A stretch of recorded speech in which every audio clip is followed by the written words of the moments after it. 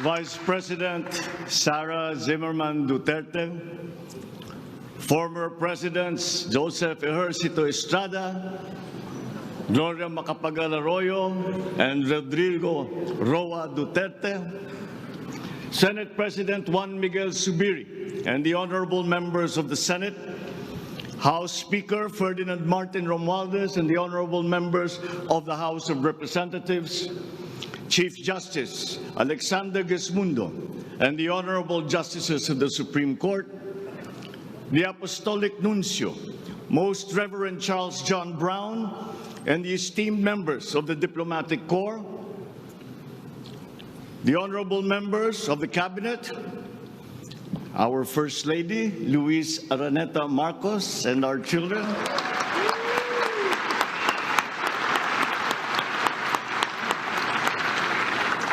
distinguished guests, ang mga minamahal kong mga kababayan, ladies and gentlemen, magandang hapon po sa inyong lahat. I come before you today to address you as it is my duty as President of the Republic. We live in difficult times brought about by some forces of our own making, but certainly also by forces that are beyond our control. But we have and we will continue to find solutions, and these are some of them. In terms of the economy, we will implement a sound fiscal management. Tax administration reforms will be in place to increase revenue collection. Expenditure priorities will be realigned and spending efficiency will be improved to immediately address the economic scarring arising from the effects of COVID-19 and also to prepare for future shocks. Productivity-enhancing investments will be promoted. Our country must become an investment destination, capitalizing on the corporate recovery and tax incentives for enterprises, so the CREATE law, and economic liberalization laws such as the Public Service Act and the Foreign Investments Act. Ecozones will be fully supported to bring in strategic industries such as those engaged in high-tech manufacturing, health and medical care, and all emerging technologies. This is also seen to facilitate economic growth outside of Metro Manila. Our tax system will be adjusted in order to catch up with the rapid developments of the digital economy, including the imposition of value-added tax on digital service providers. The initial revenue impact will be around 11.7 billion pesos in 2023 alone. Tax compliance procedures will be simplified to promote ease of paying taxes. We will pursue measures to determine possible undervaluation and/or trade misinvoicing of imported goods. Through information and communications technology, the Bureau of Customs will promote streamlined processes. Disbursements for 2022 to 2023 will be maintained at above 20% of gross domestic product, or 4.955 trillion pesos and 5.086 trillion pesos respectively, to ensure continuous implementation of priority programs. Disbursement will further increase over the medium term from 5.402 trillion pesos, or 20.7% of our GDP in 2024, to 7.712 trillion pesos, or 20.6% of GDP in 2028. The medium-term fiscal strategy of this administration seeks to attain short-term macro-fiscal stability while remaining supportive of the country's economic recovery and to promote medium-term fiscal sustainability. Furthermore, and more importantly, fiscal policy aims to bring together the national government's resources so that these are mobilized and utilized in order to gain the maximum benefit and the high multiplier effects for our economy. Measurable medium-term macroeconomic and fiscal objectives include the following headline numbers: These are based on forecasts that are consistent with the guiding principles of coherence of strategies, policy discipline, and fiscal sustainability. 6.5 to 7.5% real gross domestic product growth in 2022. 6.5 to 8% real GDP growth annually between 2023 and 2028. 9% or single-digit poverty rate by 2028. 3% national government deficit to GDP ratio by 2028. Less than 60% national government debt to GDP ratio by 2025. At least $4,256 income per capita, and the attainment of upper middle income status by 2024. The aforementioned headline goals summarize the objectives of this medium-term fiscal strategy being submitted to Congress for its adoption and concurrence to the concurrent resolution by the Senate and House of Representatives. Once adopted, the MTFF will become an anchor for the annual spending and financing plan of the national government and Congress when preparing the annual budget and undertaking related appropriation activities. It is therefore a forward-looking document that extends beyond the traditional 3-year horizon to reach 6 years, coinciding with the 6-year coverage of the Philippine Development Plan 2023 to 2028. The MTFF also promotes transparency and credible commitment to pursue the indicated socio-macroeconomic goals that optimize the government budget. Medium-term growth targets and the assumptions regarding key macroeconomic variables underpin the medium-term fiscal plan. The recent past and the COVID-19 pandemic has beset the macroeconomic environment with challenges and a series of external shocks. Inflation has accelerated in recent months due largely to significant increases in international prices of oil and other key commodities. Still, the economic growth momentum remains firm, as demonstrated by the strong 2022 first quarter GDP growth at 8.3%. However, the recovery process from the impact of the pandemic is still ongoing, amid elevated uncertainty in the international economic environment.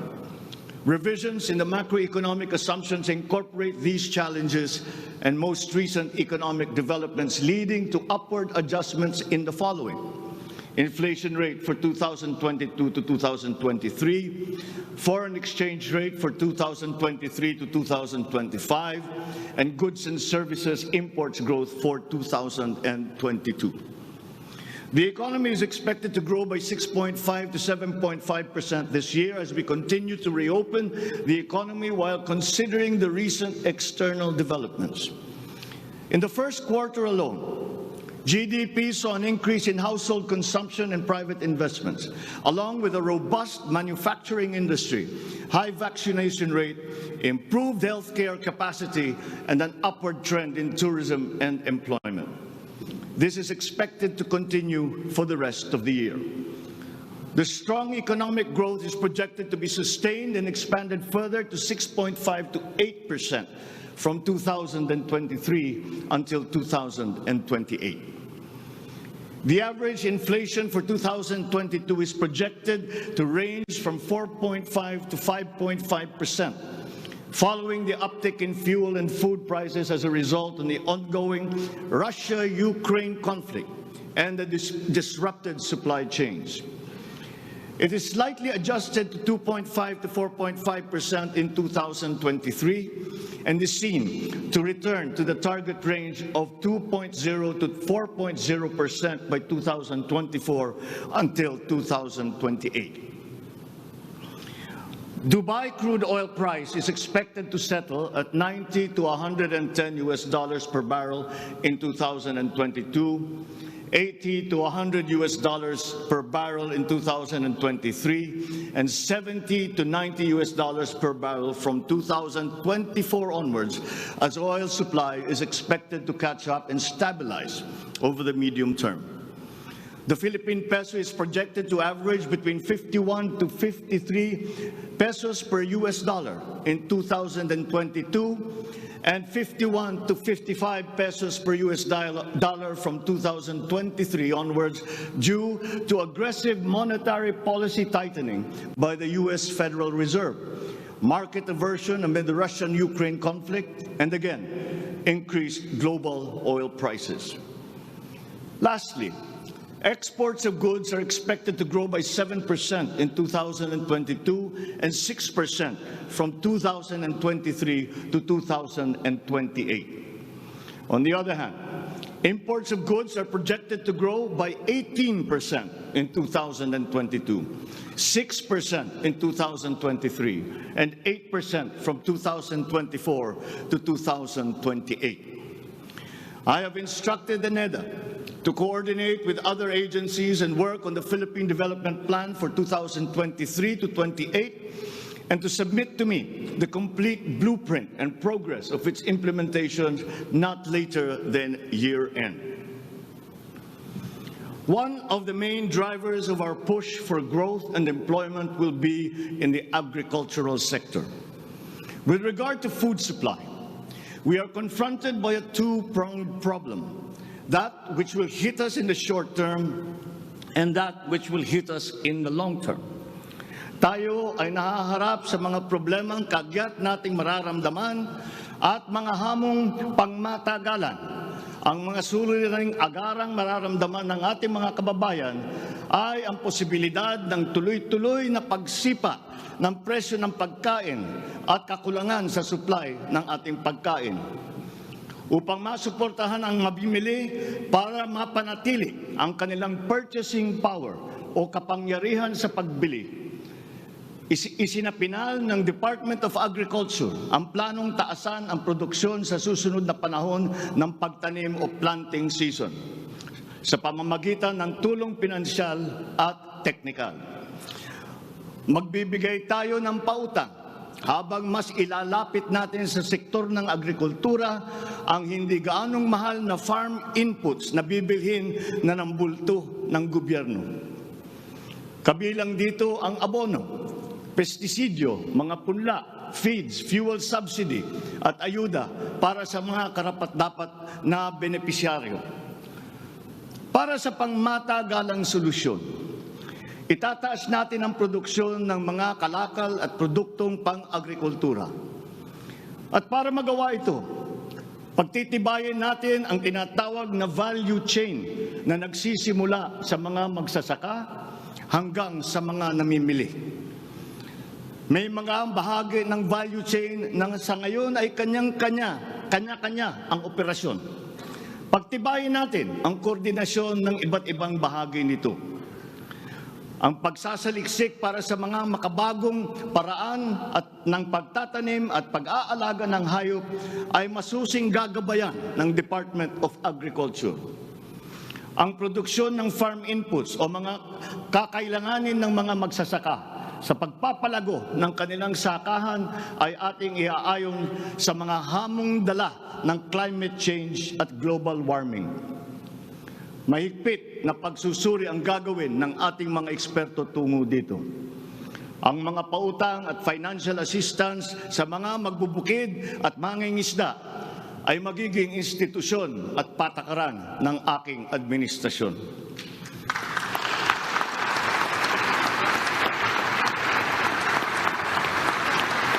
Ipapaprioridad natin ang modernisasyon ng mga sakahan sa pamamagitan ng mga makabagong teknolohiya para sa ating mga magsasaka.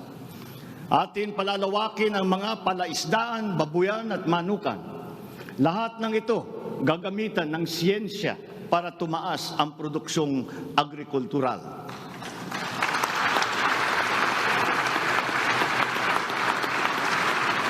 Maging ang post-production at processing ay susuportahan ng pamahalaan.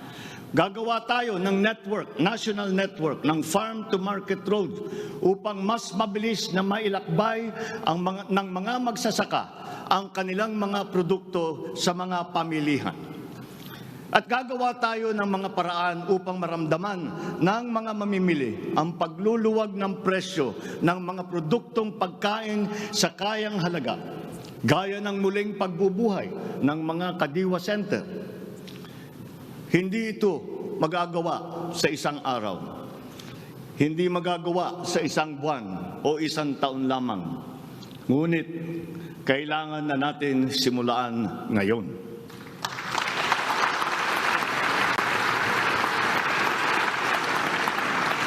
Ang Agrarian Reform Program ay dapat magpatuloy.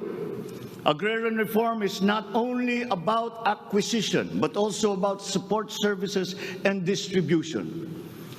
To assist this, I intend to issue an executive order to impose a one-year moratorium on the payment of land amortization and interest payments.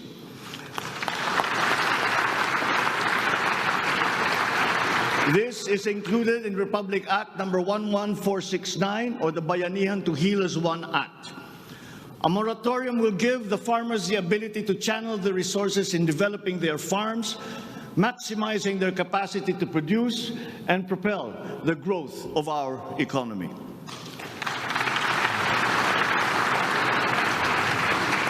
Civil society organizations also support this because it will unburden the farmers of their dues and be able to focus on improving farm productivity.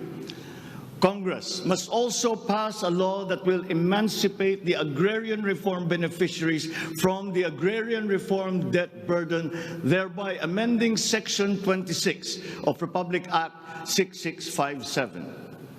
In this law, the loans of agrarian reform beneficiaries with unpaid amortization and interest shall be condoned.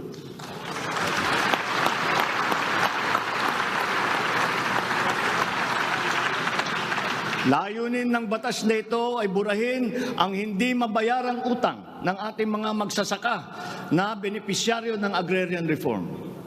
Agrarian reform beneficiaries who are still to receive their awarded land under the Comprehensive Agrarian Reform Program shall receive it without any obligation to pay any amortization.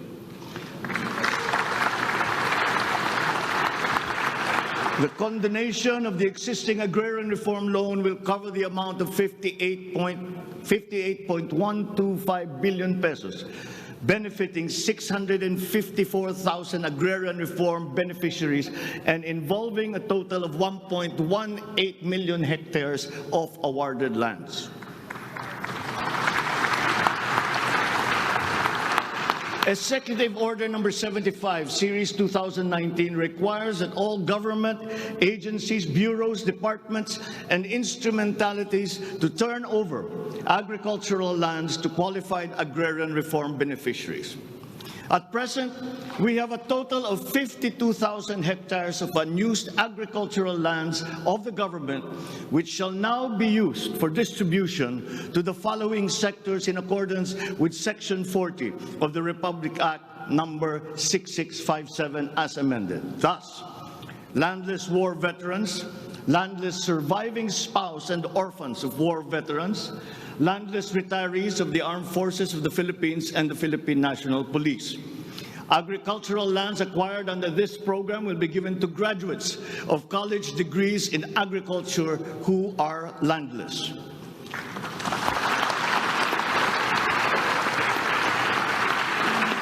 The call of the times is for the infusion of fresh and new blood in the agricultural sector.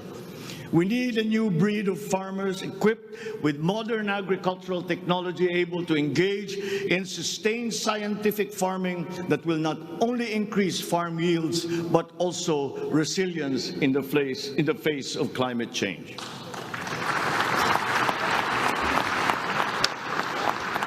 They say that each brand has a story.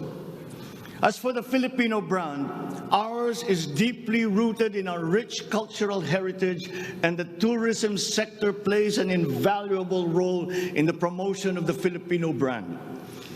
Tourism is not only an important economic development tool, but the abundance of opportunities that the sector creates in terms of regular employment and even job creation at the grassroots level is undeniable. To boost our tourism industry, we will first and foremost make basic developments, such as road improvements for easier access to tourism spots. We will also upgrade our airports and create more international airports to help decongest the bottleneck in the Manila airport. We will also make it more convenient for travelers to go around the country, even to remote areas, to help promote undiscovered tourist spots. This program will be led by the Department of Tourism together with the Department of Public Works and Highways.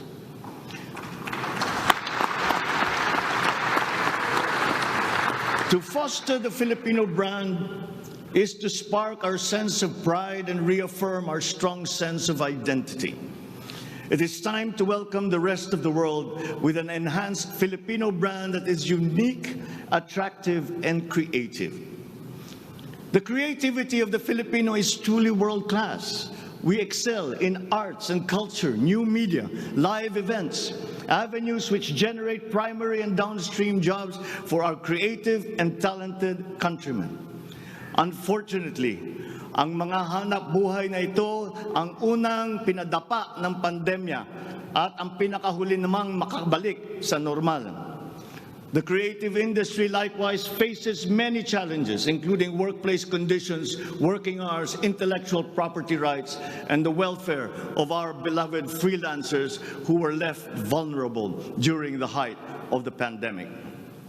We require an institutionalized creative industry that will advance the interest of its stakeholders. Sila na nagbibigay ng kaluluwa at pagkakilala sa ating pagka-Pilipino. Protektahan natin sila.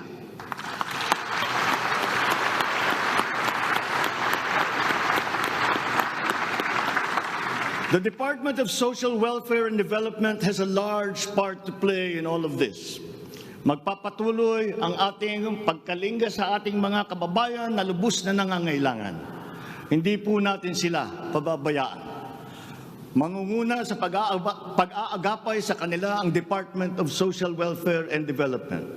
Utos ko sa DSWD ang mabilis na pagtugon sa pangangailangan ng mga biktima ng kalamidad at mga iba't ibang krisis. Ang mga field office nila ay inatasan na maagang maglagak ng family food packs at non-food essentials sa mga LGU, bago pa man manalasa ang anumang kalamidad. Magdadagdag tayo ng mga operation center, warehouse at imbakan ng relief goods, lalo na sa mga malalayong lugar na mahirap marating. Titiyakin natin na maayos ang koordinasyon ng DSWD at Department of Human Settlements and Urban Development nang sa ganun madali ang pagpatupad ng Emergency Shelter Assistance Program para sa mga biktima ng kahit anong kalamidad.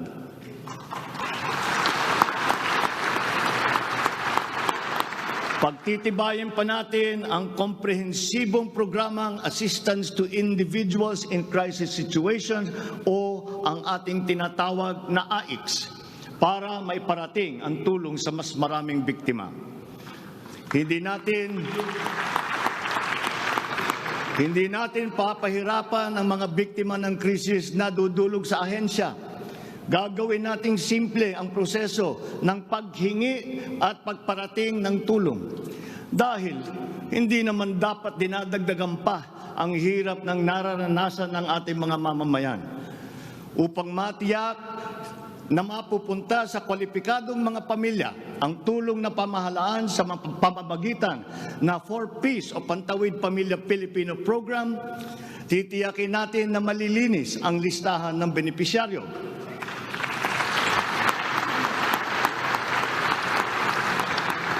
Higit na sa 1 milyong pangalan na ang nakapag-graduate na sa listahan.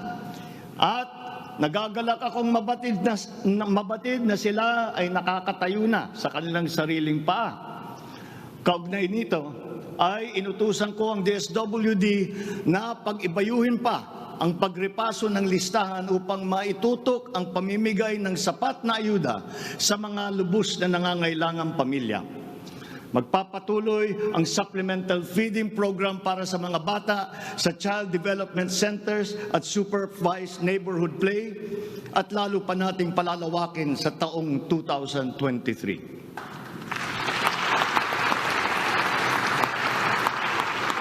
Hindi rin natin nakakalimutan ang mga solo parents at mga nanay na nahiwalay sa kanilang mga mister dahil sa karahasan. Pagtitibayin natin ang programa sa violence against women and their children. Kabilang na ang counseling para sa mga biktima, katuwang ang ating mga LGU. Tiyakin natin na sapat ang pondo sa halos 70 residential care centers at 7 non-residential care centers para sa vulnerable sectors at persons with disabilities na sumisilong dito. Sa ating sitwasyon ng pangkalusugan, nariyan pa rin ang banta ng COVID-19. Lalo't may mga nadidiskubring bagong variant ng coronavirus. Pero hindi na natin kakayanin ang isa pang lockdown. Wala na tayong gagawing lockdown.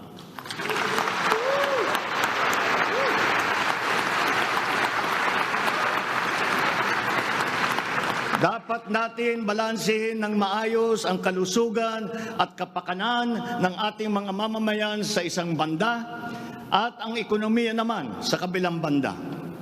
Nakikipagtulungan ang iba't ibang ahensya ng pamahalaan sa pag-monitor sa mga COVID-19 hospital admission upang makatiyak tayo na may sapat na kapasidad ang ating healthcare system at maiwasan ang pagsipa ng bilang ng nagkakasakit. Patuloy din ang ating vaccine booster rollout para sa ating pangkalahatang depensa.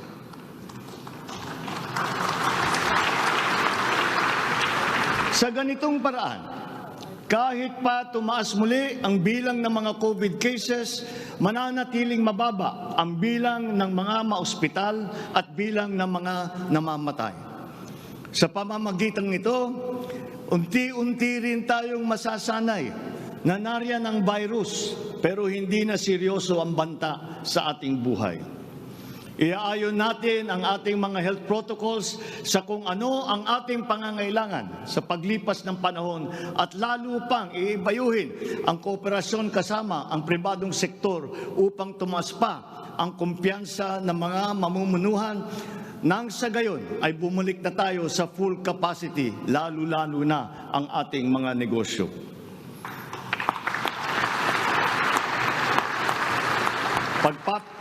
Pagbubutihan pa natin ang pagpapakalat ng tamang impormasyon ukol sa COVID, kasama ang kahalagahan ng bakuna.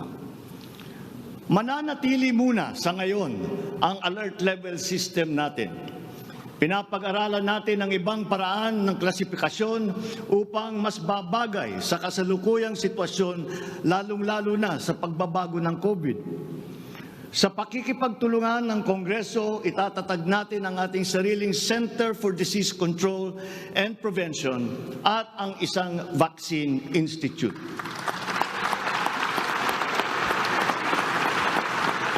Magtatayo tayo ng dagdag na mga health center at ospital. But beyond the issues that the pandemic has brought, the need for a stronger healthcare system is self-evident. We must bring services, medical services to the people and not wait for them to come to our hospitals and healthcare centers. Napakinabangan natin ng husto ang malalaking specialty hospital gaya ng Heart Center, Lung Center, Children's Hospital at National Kidney and Transplant Institute. Kaya maliwanag na hindi lang dapat dito sa National Capital Region kundi maging sa ibang parte ng bansa.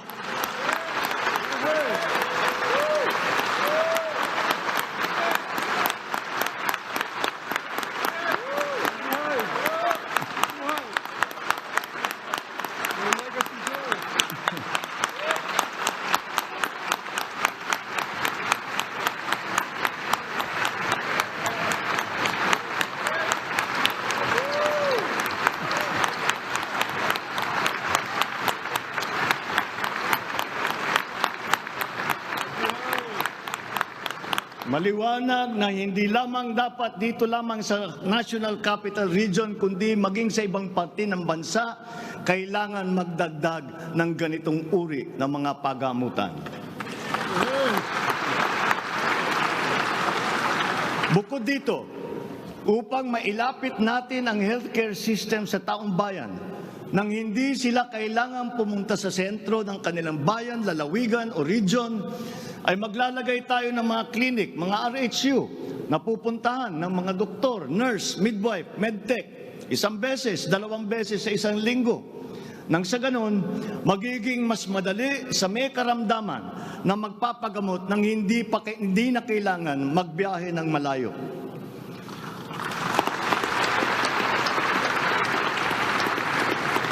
One of the cornerstones of a strong healthcare system is the provision of competent and efficient medical professionals. We will exert all efforts to improve the welfare of our doctors, our nurses, and other medical frontliners. Dapat din tayong magkaroon ng sapat na supply ng gamot na kinakailangan sa pang-araw-araw ng ating mga mamamayan. Sinimulan ko na ang pakikipag-usap sa mga kumpanya ng gamot dito sa Pilipinas at sa ibang bansa.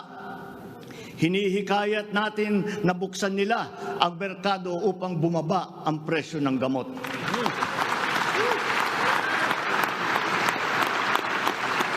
Halimbawa, kung mas marami ang mas murang generic o hindi branded na gamot sa merkado, mas bababa rin ang presyo dahil sa kompetisyon.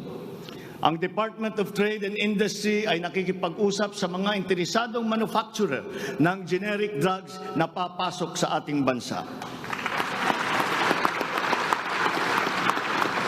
Inuutusan ko naman ang Philippine Competition Commission na pantay-pantay dapat at walang kartel sa hanay ng mga pharmaceutical companies.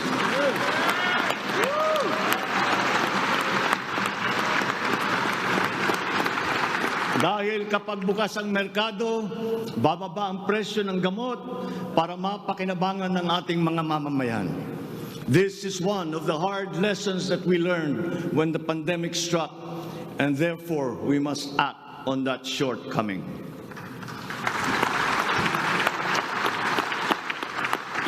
In the educational sector, I believe it is time for our children to return to full face-to-face classes once again.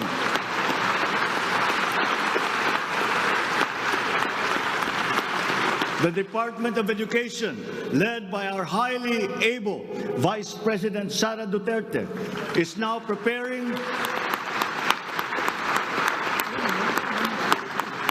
preparing for its implementation in the upcoming school year, with utmost consideration for the safety of students as we are still in the middle of the COVID-19 pandemic. We must ensure that our classrooms are safe for teachers, for students, and the entire academic community when they return to face-to-face classes. We continue to encourage everyone to get their booster shots in preparation for the resumption of in-person classes. This is one of the reasons I have directed the Department of Health and the Department of Interior and Local Government to undertake another rollout of booster shots.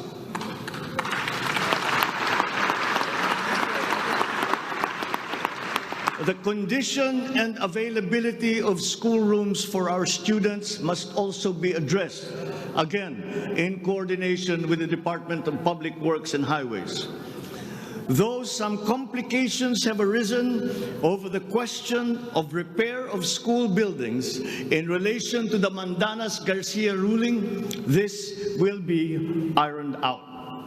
We have been in discussion with local government leaders, governors, and mayors in the last few weeks to determine with the LGUs what is actually practicable, what functions belong to the LGUs, and what belong to the national government. There have also been lengthy discussions on the continuation and viability of the K-12 school system. We are giving this careful review, and all necessary inputs and points of view are now being considered. In the longer term, We are instituting a program of refresher courses and retrainings for our teachers so they can stay abreast of the rapid growth in technology, especially in this post-pandemic world. As for the horror stories that we have heard about the poor quality of educational materials and supplies that are being given to our schools, this must end.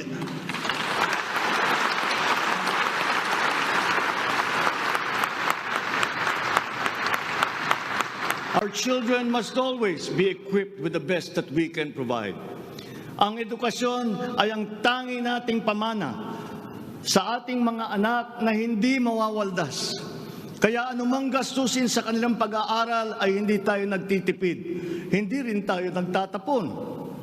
And once again, I am not talking about history or what is being taught. I am talking about materials that are necessary for effective teaching in this day and age. Children now need connectivity to the internet. They need devices to use. They need computers, educational tools.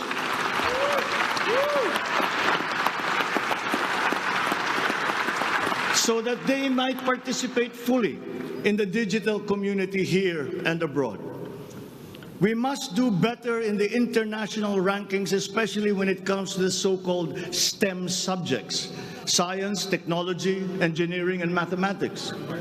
These skills, this knowledge, are necessary for our young people to be able to compete in a highly technological and competitive world. The raw talent is there in our young people. It is up to our educational system to develop and to refine that great pool of talent.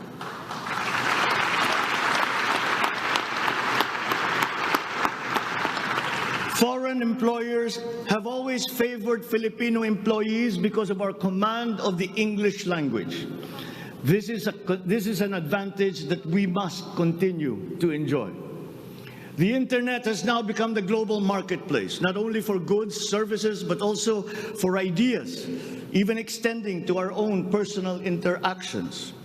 And the language of the internet, for better or for worse, is English.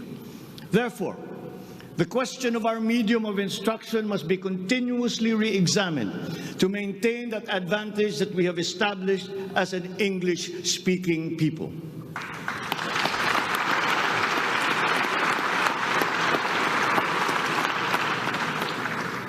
On a related subject, we are entering an age of exponential adoption of technology. It is the fourth industrial revolution. This will be characterized by the infusion of technology into almost every facet of our lives.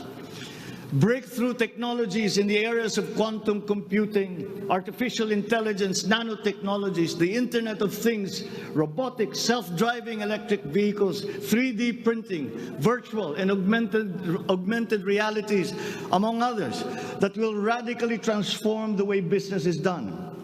The scale and the speed at which these innovations are introduced universally into our everyday lives and activities is unprecedented in our recorded history. We cannot stand idly by. The mission of our Department of Information and Communications Technology is to identify and utilize these innovations to improve governance. It has the daunting task now of transforming our government into an agile bureaucracy that is responsive to the needs of the public. Provide good and solid data to ensure informed decision-making, as well as allow secure and seamless access to public services. The voluminous records stored in the government warehouses and archives have to be digitized. Those that are already stored in various inventories of data should be harmonized and shared across departments and agencies. Needless to say, these have to be kept in large data centers that are secure yet accessible. The national ID will play an important part in this digital transformation.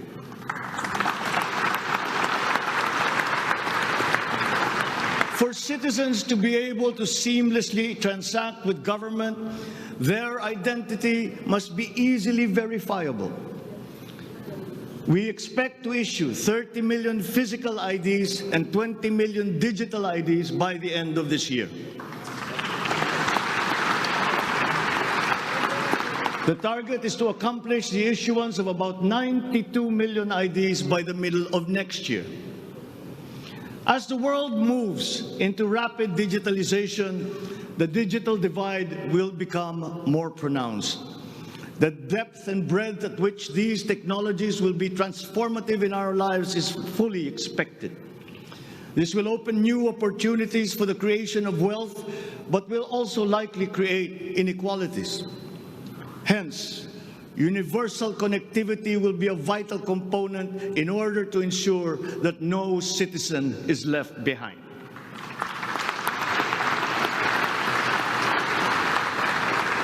I have therefore tasked the DICT to deploy digital connectivity across our various islands.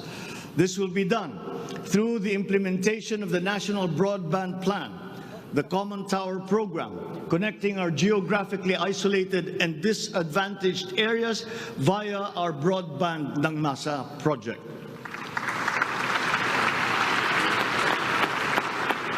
All relevant modes of digital transport should be utilized. These may be through a combination of terrestrial or submarine fiber optics, wireless, and even satellite technology. As our Public Service Act has opened the doors and removed the restrictions on foreign investment, we foresee an increase in direct investment of overseas players. This will translate into better quality, availability, and affordability of telecommunications services all over the country. We come now to infrastructure. The backbone of an economy is its infrastructure. The infrastructure program of the Duterte administration must not only continue, but wherever possible, be expanded.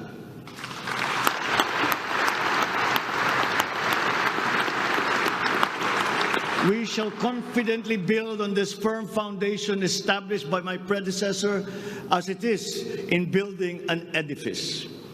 We must keep the momentum and aspire to build better, more.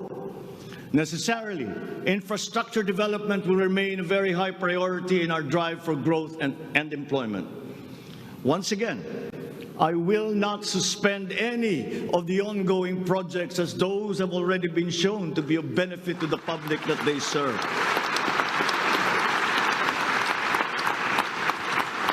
We will continue to study the proposals that have been made. Infrastructure development spending will be sustained at 5 to 6% of GDP. The planned expansion of infrastructure projects, I believe, would be possible if we continue to encourage the participation of the private sector in the development of our programs.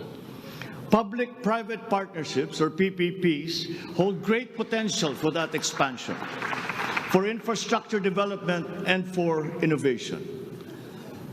Our infrastructure development is of primary importance, as it is a necessary element to improve many other sectors, to include agriculture, tourism, general economic activity, and even to governance. It is my belief also that we have missed some great opportunities to develop our rail transport system. It is clear in my mind that railways offer great potential, as it continues to be the cheapest way of transporting goods and passengers. We can build upon already existing lines by modernizing these old railway systems.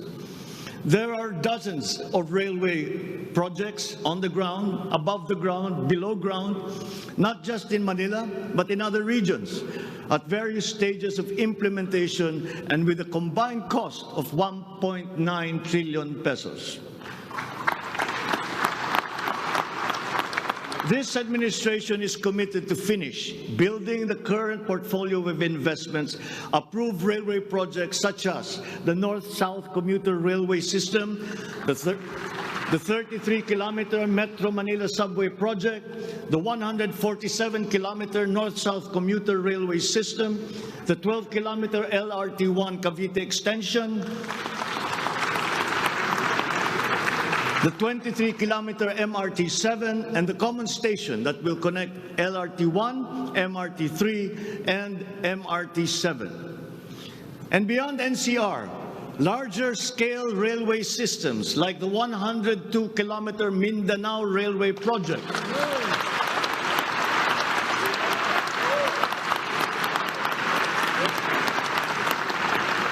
the Panay Railway Project, and the Cebu Railway System will be integrated as a vital part of our transport and communication systems. We will also continue to improve our roads and transportation systems in key cities throughout the country through various projects, such as the Cebu Bus Rapid Transit, Davao High Priority Bus System, Ilocos Norte Transportation Hub, the El Nido Transport Terminal.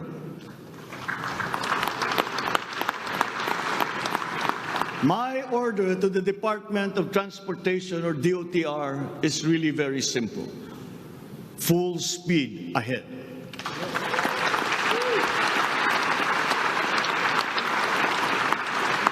Improving our railway system, along with modernizing existing airports and seaports, will maximize our strategic location in the Pacific and connect our many islands. A key sector in our transformation plans is that of energy. Another fundamental requirement for growth and increased employment will be the availability of cheap, reliable energy. This even comes under the category of ease of doing business. If we are to attract investors, both local and foreign, to set up shop here in the Philippines. At present, our demand for energy far exceeds our reliable supply. We must increase the level of energy production. We must look at every possible option that would be appropriate for the Philippine situation. There is some room to expand our present power supply through existing power sources, but this is only to a very limited extent. We must build new power plants.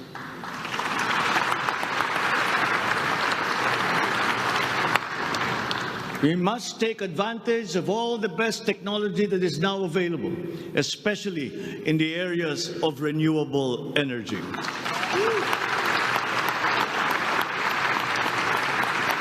Our search for new power sources should always be with an eye to improving the mix of the energy supply between traditional and renewable sources.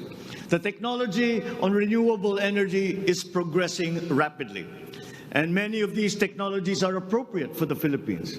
We have already begun windmill power. We are now expanding very quickly our solar power production. For both offshore and onshore wind turbines, for example, the World Bank has calculated that there is a potential for 255 gigawatts by the year of 2030.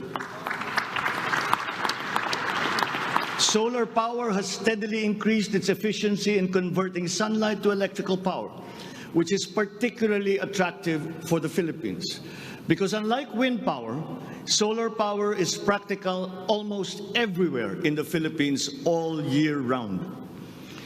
In the move to lowering our carbon footprint caused by energy production, our advancement to renewables will have a lead time. In the interim, natural gas will hold the key. We will provide investment incentives by clarifying the uncertain policy in upstream gas, particularly in the area close to Malampaya. This requires clarification of the processes and review of service contracts policy. I believe that it is time also to re-examine our strategy towards building nuclear power plants in the Philippines.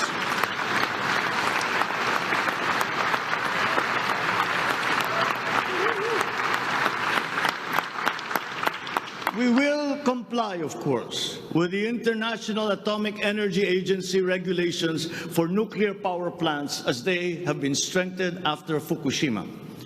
In the area of nuclear power, there have been new technologies developed that allow smaller-scale modular nuclear plants and other derivations thereof.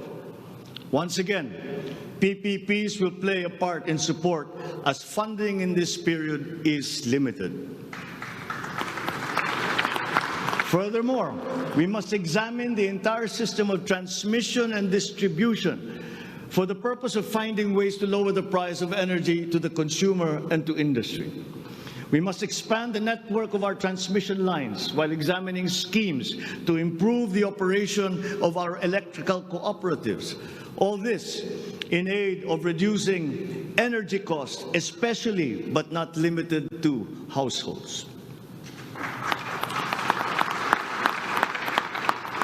All this impetus for development and growth we undertake within the context of accelerating climate change and extreme weather conditions.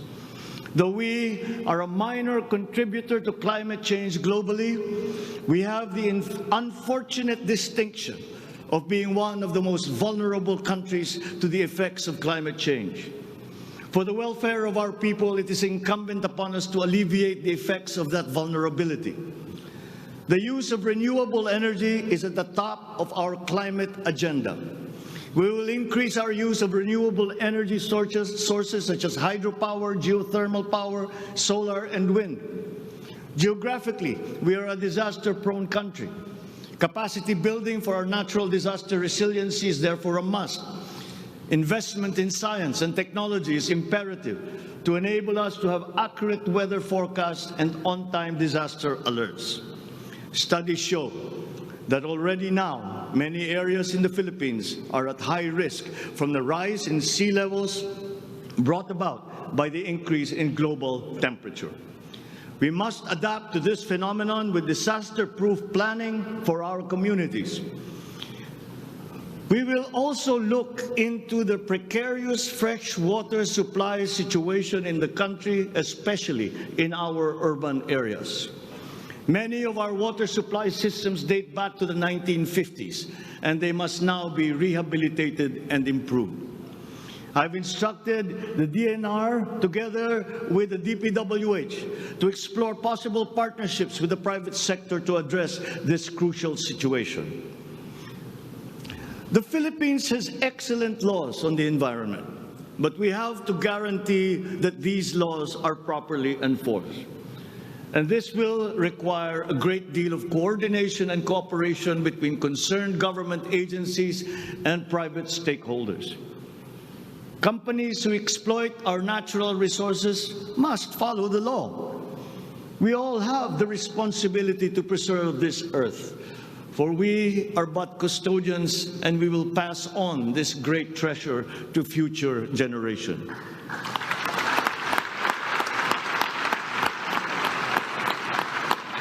There is no question that the preservation of the environment is the preservation of life.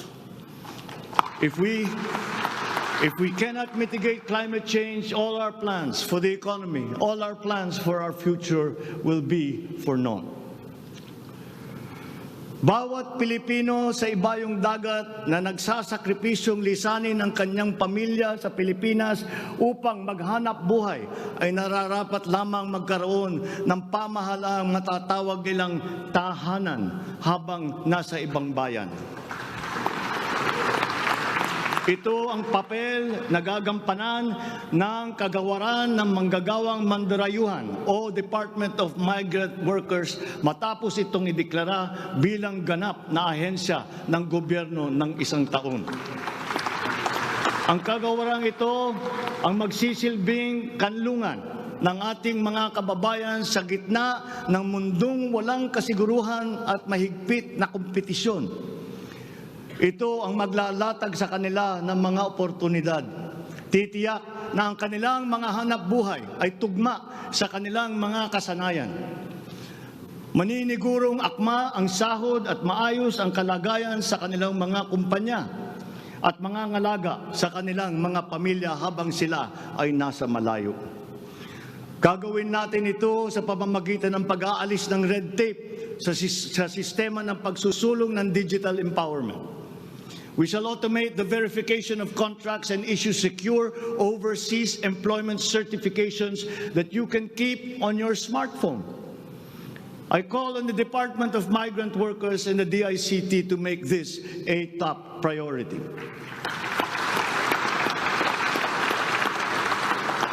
Tinatawagan ko rin ang Department of Foreign Affairs na makipagtulungan sa Department of Migrant Workers na tiyakin ang lahat ng mga diplomatic post ay tutulong na agarang maibalik sa trabaho ang mga ating mga overseas Filipino workers na nawalan ng hanap buhay nitong nakalipas na ilang taon. Mula sa 3 buwan ay gagawin na lang nating 3 linggo para sa isang dayuhang employer na iproseso ang mga papeles ng Pilipinas ng Pilipinong nais nitong kunin bilang empleyado. Aatasan din natin ang kagawaran ng gawing simple ang komplikadong handbook ng mga tuntunin at regulasyon para sa mga OFW. Nang sa gayon ay maging malwan ang mga transaksyon may kinalaman sa kanilang pangingibang bansa. Mula sa handbook na may 240 seksyon ay gagawin nating pamphlet na lamang na hindi hihigit sa 100 pahina. Mahirap na nga ang buhay. Kaya naman, ayaw pa natin makitang lalo pang nahihirapan ang ating mga manggagawang mandarayuhan sa pagtupad sa kanilang mga pangarap.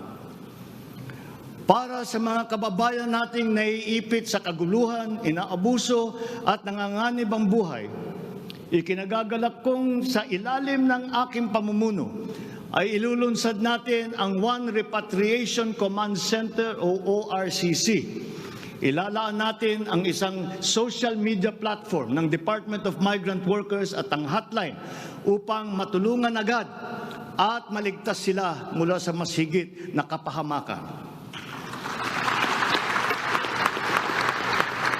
Noon, nangungutang pa ang isang ina ng bawat OFW upang sumakay ng barko para pumunta sa Maynila at mangatok sa iba't ibang ahensya para mapauwi ang anak na inaapi. Ngayon, kami na ang tatawag sa mga magulang ng OFW para sabihin sa kanila ang petsa kung kailan nila mayayakap at makakapiling ang kanilang mga anak.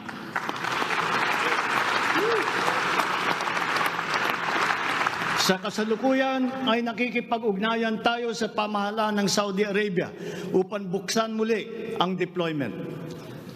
Kaya natin at gagawin natin ang makipagnegosasyon na mabigyan ang ating mga kababayan doon ng tamang pasahod at mapangalagaan ang kanilang karapatan at kapakanan. Muli natin patitibayin ang respeto at pagkakaibigan ng ating dalawang bansa tulad ng namamagitan sa ating ama sa kanilang hari. Sa mga susunod na buwan ay magtutungo si Secretary Susan Ople sa Saudi Arabia upang tiyakin na may sapat na puwersang magsisiguro na mabubuksan muli ang empleo sa bansa at para maisulong ang ating kampanya laban sa human trafficking. Ngayon, para naman sa mga anak na naiwan sa Pilipinas, titiyakin ng Department of Migrant Workers sa pamamagitan ng OWA na sila ay maipapasok sa magagandang paaralan, magtuturo sa kanila ng financial literacy, mental wellness, sports, sining, kultura. Ito ay mangyayari sa pakikipagtulungan ng iba't ibang ahensya ng pamahalaan. Alagaan natin ang kabataang Pilipino sapagkat sila ang kinabukasan ng ating inang bayan.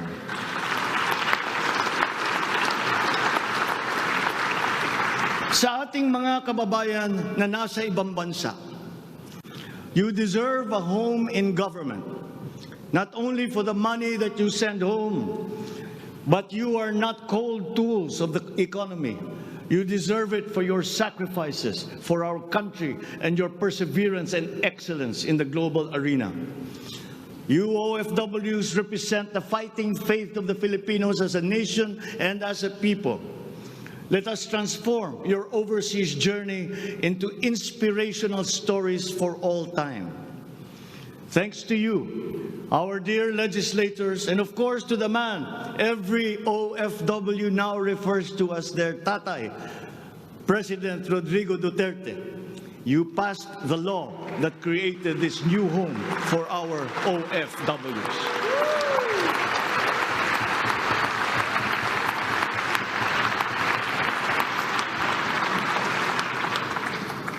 On the area of foreign policy, I will not preside over any process that will abandon even 1 square inch of territory of the Republic of the Philippines to any foreign power.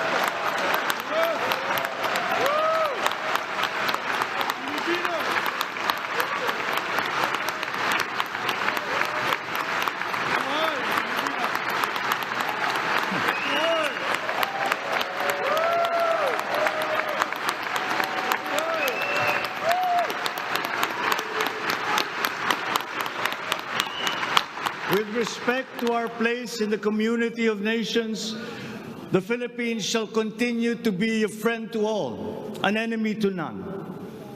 The Philippines has always been open and welcoming to all our foreign friends and visitors. That is our worldview. That is our culture. But let me be clear. We are very jealous of all that is Filipino.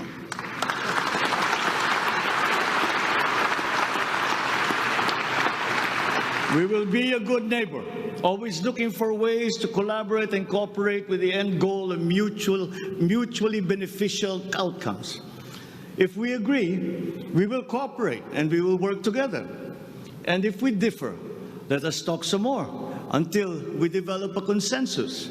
After all, that is the Filipino way. But we will not waver. We will stand firm in our independent foreign policy with the national interest as our primordial guide.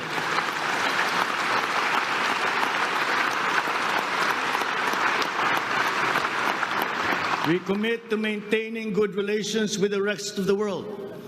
As a matter of fact, it is my sincere belief that the need for strong bonds and collaboration among nations emerges in the direst of times, such as in a pandemic.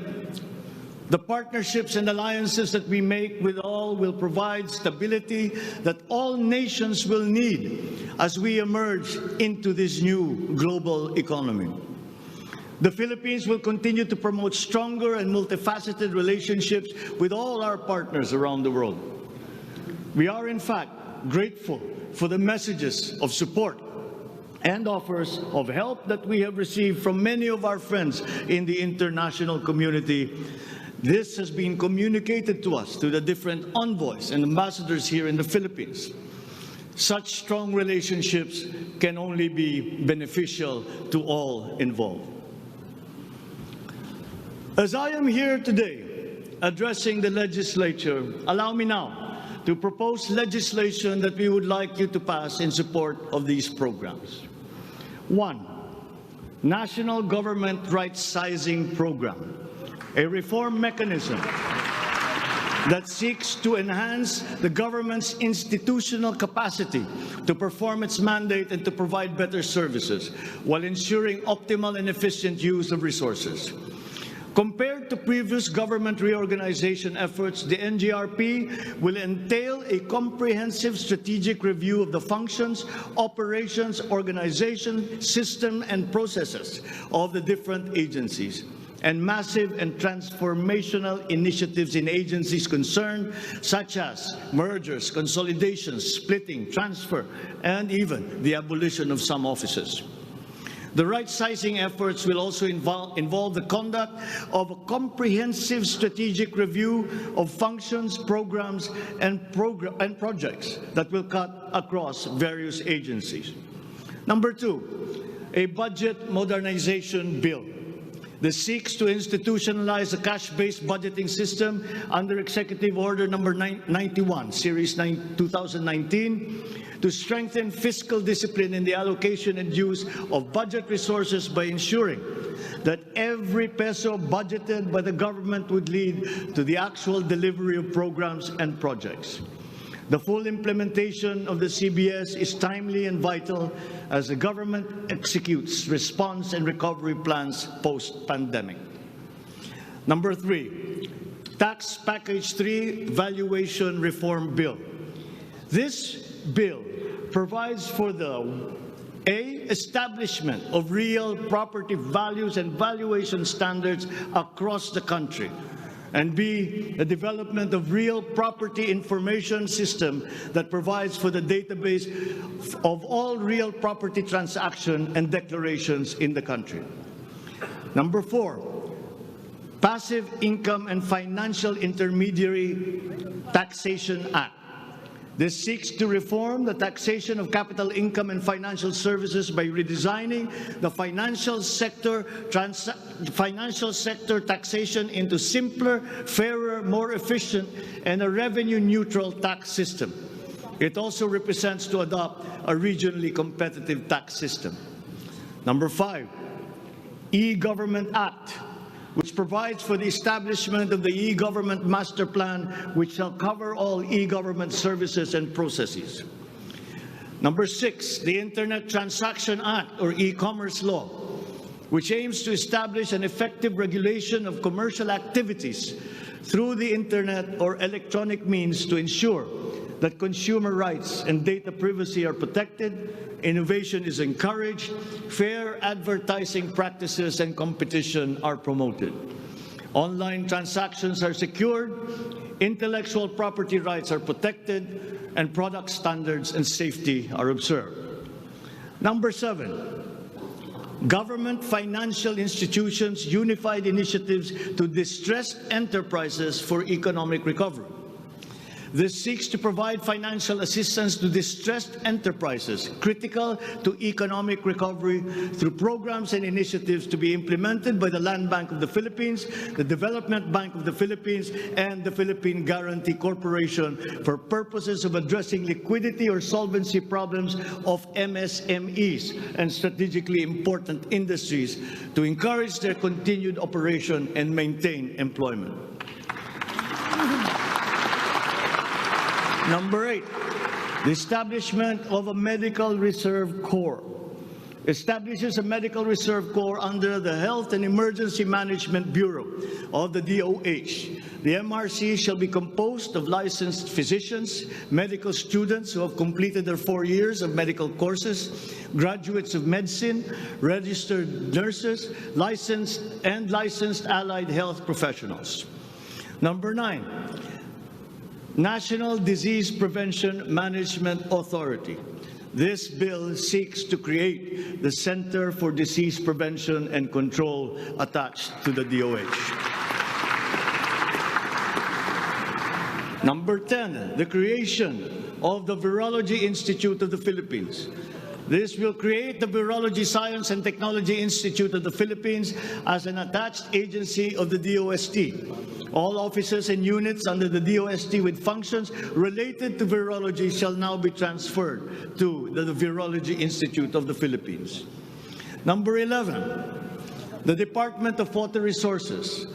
This seeks to create the Department of Water Resources and adopts the integrated water resource management as the strategic framework for national water management, policymaking, and planning. Number 12, Unified System of Separation, Retirement, and Pension. This grants a monthly disability pension in lieu of disability benefits provided under existing laws for military and uniformed personnel retired by reasons of disability. Number 13, the E-Governance Act. It promotes the use of internet and other ICT to provide opportunities for citizens. Number 14, the National Land Use Act.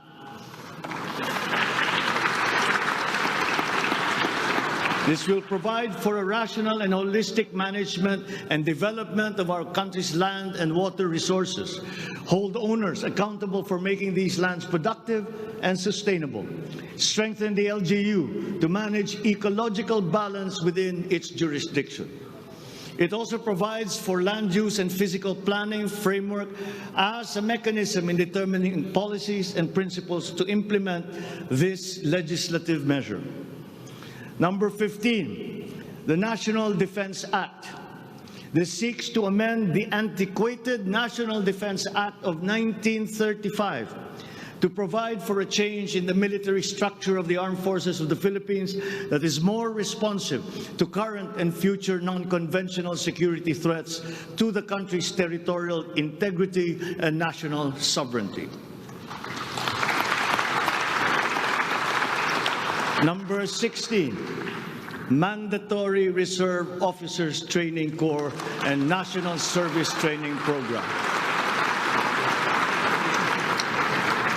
This seeks to reinstitute the ROTC program as a mandatory component of senior high school programs, grades 11 and 12, in all public and private tertiary level educational institutions. The aim is to motivate, train, organize, and mobilize students for national defense preparedness, including disaster preparedness and capacity building for risk-related situations. Number 17, enactment of an enabling law for the natural gas industry. This seeks to foster the development of the midstream natural gas industry in a bid to strengthen Philippine energy security by diversifying the country's primary sources of energy and promoting the role of natural gas as a complementary fuel to variable renewable energy. Number 18, amendments to the Electric Power Industry Reform Act, or EPIRA. This aims to improve the implementation of the law's provisions and enhance its effectiveness to address the high cost of electricity, alleged market collusion, and insufficient power supply. The bill seeks to restructure the Energy Regulation Commission to foster accountability and improve the Commission's government system that would ensure consumer protection and in enhancing competitive operation of the electricity market. Number 19, amendments to the Build, Operate, Transfer law. This seeks to improve the implementation of the public-private partnership program and to be able to direct the desired outputs and outcomes in line with the strategic development targets of the country. Specifically, the amendments seek to, 1, address the ambiguities in the existing law, 2, address the bottlenecks and challenges affecting the implementation of the PPP program, and 3, foster a more competitive and enabling environment for PPPs. To my fellow Filipinos, ang aking mga minamahal na kababayan, batid ko na hindi madali ang ating pinagdaraanan sa nakaraang higit na 2 taon. Alam ko rin na ang bawat isa sa inyo ay ginagawa ang lahat ng inyong makakaya upang patuloy na harapin ang lahat na pagsubok sa kasalukuyan. I do not intend to diminish the risks and the challenges that we face in this turbulent time in global history. And yet, I see sunlight filtering through these dark clouds. We have assembled the best Filipino minds to help navigate us to this global crisis that we are now facing. We will endure. Let our Filipino spirit ever remain undimmed.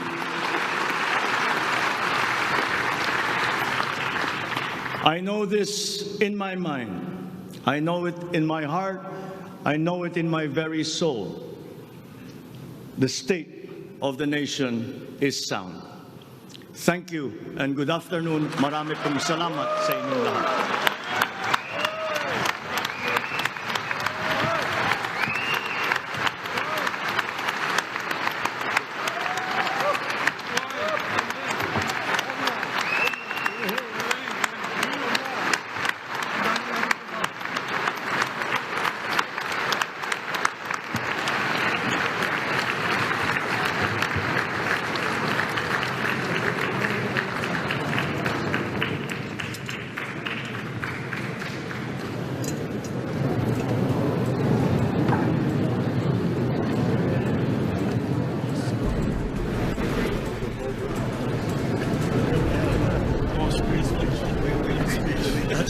Everything. You touched the Yeah, I couldn't leave anything out. adjourn. Ladies and gentlemen, on the part of the Senate, the joint session is adjourned.